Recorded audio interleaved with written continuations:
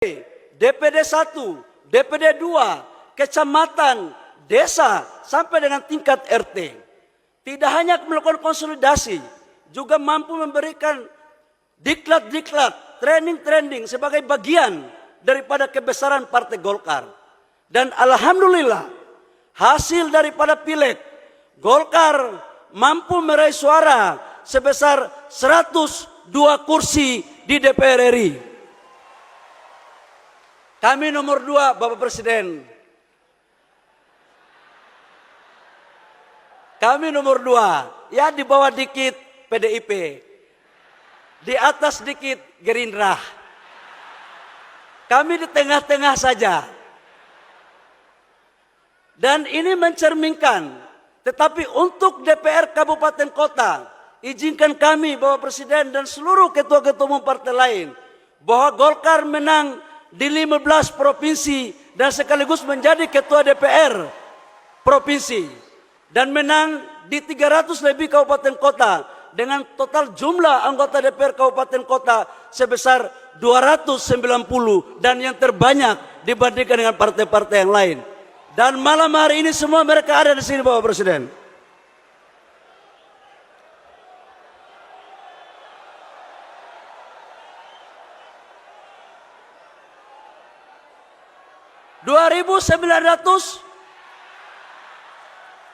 Oh, maklum ketua umum baru. Kalau datanya belum clear itu salah sekjen. Tuh.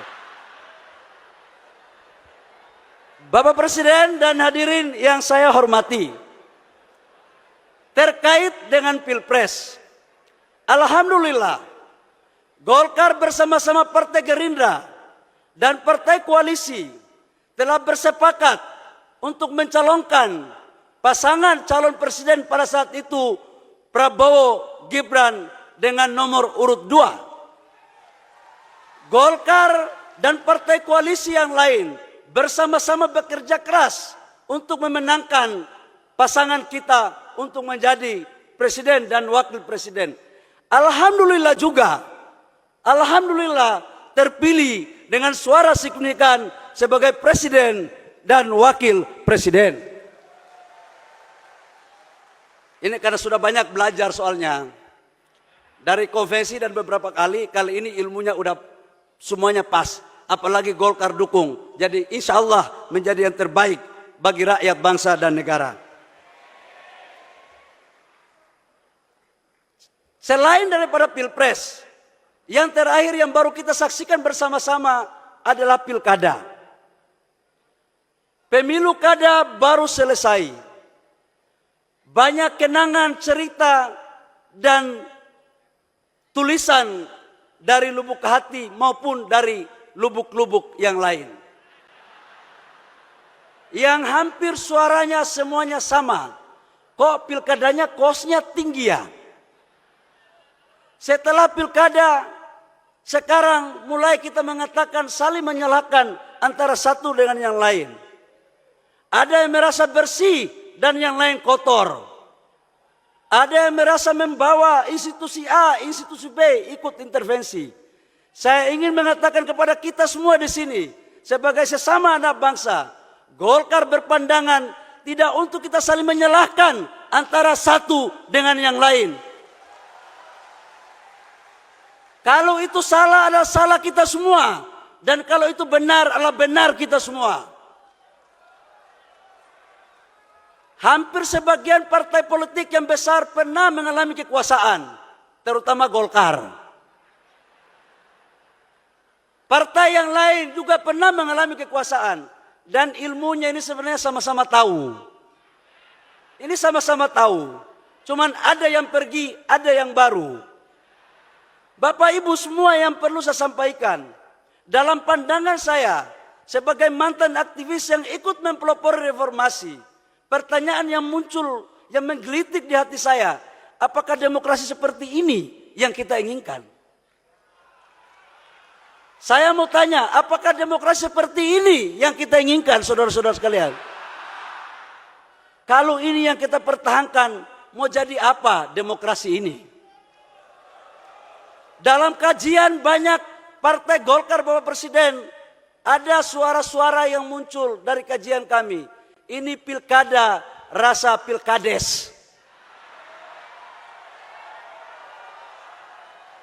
Partai Golkar telah berpikir bahwa ke depan harus ada satu formulasi yang tepat. Harus ada formulasi yang tepat untuk kita merumuskan sistem politik kita yang benar-benar baik untuk rakyat dan baik untuk negara, untuk mewujudkan cita-cita proklamasi kita. Dalam pandangan Partai Golkar, tujuan negara kita bukanlah hanya demokrasi. Demokrasi sebagai instrumen untuk mencapai tujuan. Dan tujuan negara kita itu adalah mensejahterakan kehidupan bangsa, ikut mencerdaskan kehidupan bangsa, dan ikut mengambil bagian dalam ketertiban dunia, dan sekaligus menjaga marwah negara kita. Jangan kita melakukan disorientasi. Dan saya pikir Bapak Presiden, kalau memang partai lain yang belum mau menginisiatif, izinkan kami untuk Golkar memulai dialektika ini.